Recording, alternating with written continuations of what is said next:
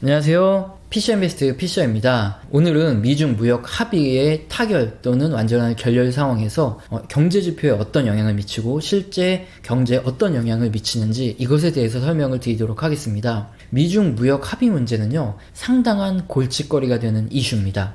일반적인 다른 정치적인 이슈들은 그냥 일시적인 증시 하락에 그치고 증시의 중장기적인 흐름은 결국 경제 지표를 따라갑니다.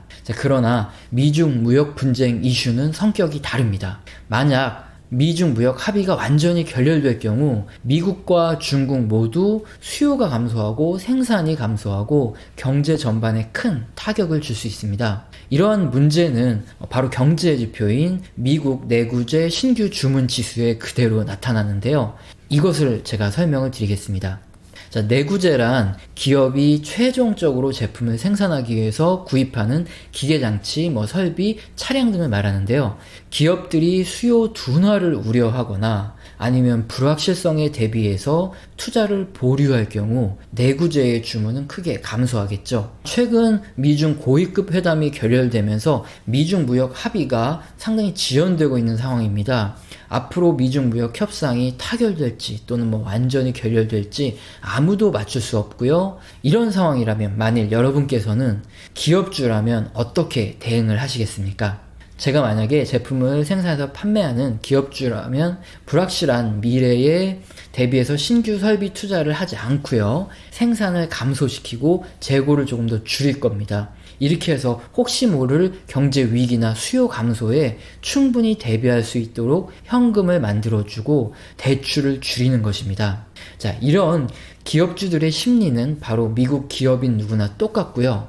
이 지표에 그대로 드러납니다. 보여드리는 그림은 지난 5월 24일 발표된 미국 내구재 신규 주문 증가율입니다.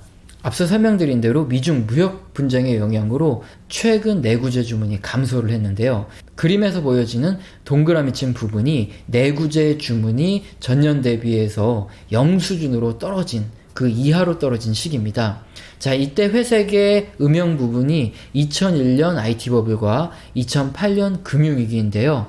두 번의 큰 경기 둔화가 있었습니다. 이 나머지 구간은 증시가 하락하긴 했지만 경기 둔화로 귀결되지 않은 이런 구간입니다. 우선 동그라미 친 부분처럼 내구재 증가율이 0 이하로 떨어지거나 0에 근접해 있다면 좀 위험한 부분이다. 이것을 본능적으로 알아야 되겠죠. 현재 미국 내구재 신규 주문 증가율은 거의 제로 수준입니다. 만일 미중 무역 협상이 완전히 결렬된다면 지난 2001년이나 2008년 같은 경제 위기가 다시 찾아올 가능성이 아주 높습니다. 하지만 반대로 미중 무역 협상이 타결된다면 경제 위기가 오지 않았던 2005년부터 2012년까지 이런 구간처럼 다시 기업의 투자 심리가 회복되면서 내구재 주문도 증가하고요. 증시도 상승할 가능성이 높아집니다. 그렇다면 현재 제로 수준으로 떨어진 미국 내구재 신규 주문 증가율이 앞으로 어떻게 될 것인가? 여기서 이제 저희 의견이 중요하겠죠. 이럴 수도 있고 저럴 수도 있다. 이렇게 말씀드리면 제 영상을 시청하신 의미가 없으니까요. 저는 다른 영상에서 설명드린 여러가지 경제지표와 정치적인 근거로 미중 무역 협상이 결국은 타결될 것으로 생각합니다. 이에 따라 주식형 자산의 비중이 60% 더 높게 가져가야 한다고 생각하고요. 40%의 채권형 자산은 저의 예측이 틀릴 수도 있기 때문에 혹시 모를 이런 사태에 대비하기 위해서 주식형 자산 60%, 채권형 자산 40%로 예전부터 대응을 해오고 있습니다. 투자 비율은 이렇게 구성을 해오고 있지만 미중 무역 협상은 타결될 것으로 보고 있다는 게 핵심이죠. 이렇게 미중 무역 분쟁의 경우 기업의 내구재 주문을 감소시킵니다. 내구재 주문이 감소한다는 말 자체는 기업의 투자가 감소한다는 거고요. 고용도 감소를 하고 임금도 하락을 하겠죠. 결국에 순차적으로 경기 둔화가 발생할 수 있는 이런 위험이 있습니다. 경기 둔화로 가느냐, 경기가 다시 회복되느냐가 결정이 되는 아주 중요한 문제겠죠. 그리고 내구재 주문 지수를 볼 때 꼭 함께 봐야 할 지표가 있는데요. 바로 항공기 제외 비국방 자본재 신규 주문 지표입니다. 이 지표는 기업이 제품을 생산하기 위해서 구입하는 기계 및 설비 등 내구재에서 변동성이 큰 항공기와 국방 부분의 주문을 제외한 이런 지표입니다. 항공기 주문은 워낙 규모가 크고요. 국방 주문도 마찬가지로 경기와 상관없이 주문이 발생하기 때문에 이 두 지표가 포함이 되면 경기를 왜곡할 수 있습니다. 그래서 이 부분을 뺀 거고요. 항공기 제외 국방 자본재 신규 주문 지수는 5월 24일 발표되었고 전년 대비 그림과 같이 1.3% 증가를 했습니다. 역시 붉은색 동그라미 친 부분은 경기가 둔화됐던 구간을 나타내는데요. 지금 구간은 위험에 근접해 가고 있죠. 역시 미중 무역 합의가 타결되지 않으면 경기 침체의 가능성도 어느 정도 높아지고 있다. 그리고 반대로 타결되면 경기 회복의 가능성이 높을 것이다. 이렇게 볼 수 있는 지표입니다. 자, 미중 무역 협상이 이렇게 실제적으로 내구재에 영향을 미치고 제조업에 영향을 미친다. 이것을 말씀을 드렸고요. 이렇게 부정적인 얘기도 있지만 이런 미중 무역 분쟁 속에서도 미국의 소비 심리는 상당히 양호합니다. 지난 5월 28일 미국 컨퍼런스 보드 소비자 심리 지수가 발표됐는데요.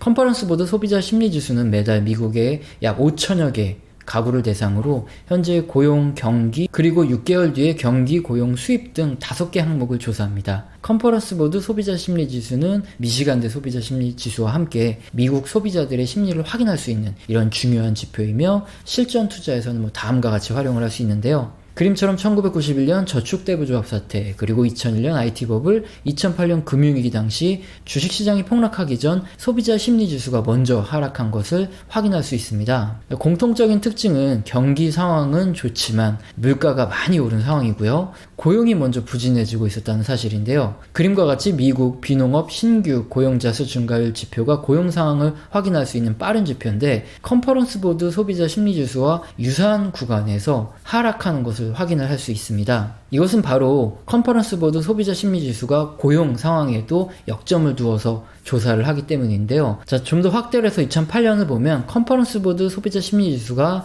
2008년 증시 폭락 이전에 미리 하락한 것을 볼 수 있습니다. 자, 그래서 우리는 소비자 심리 지수가 연속 하락하면 전반적인 경제가 나빠지고 주식시장이 하락할 수 있기 때문에 다른 경제 지표들과 함께 주식의 매도 시점을 찾아볼 수 있죠. 자, 그렇다면 이제 컨퍼런스 보드 소비자 심리 지수가 무엇이고 어떻게 쓰는지 확인을 하였기 때문에 5월 28일 발표된 지표를 확인해 보도록 하겠습니다. 지난 5월 28일 발표된 컨퍼런스 보드 소비자 심리 지수는 134.1로 상당히 양호하죠. 우선 수치 자체가 높고요. 연속 하락하는 모습도 보이지 않기 때문에 지금 미국의 소비 심리 자체가 상당히 좋다. 이렇게 볼 수 있습니다. 자, 오늘은 미중 무역 분쟁의 원인으로 미국의 내구재 주문이 감소한 이 지표를 확인해 드렸고요. 이렇게 기업의 투자 심리가 악화되면서 미중 무역 합의가 타결이 되면 다시 주문이 증가하고 고용도 증가하고 임금도 오르면서 경기가 회복되고 반대로 미중 무역 합의가 완전히 결렬이 돼 버리게 되면 기업들의 투자 심리가 더 위축되겠죠.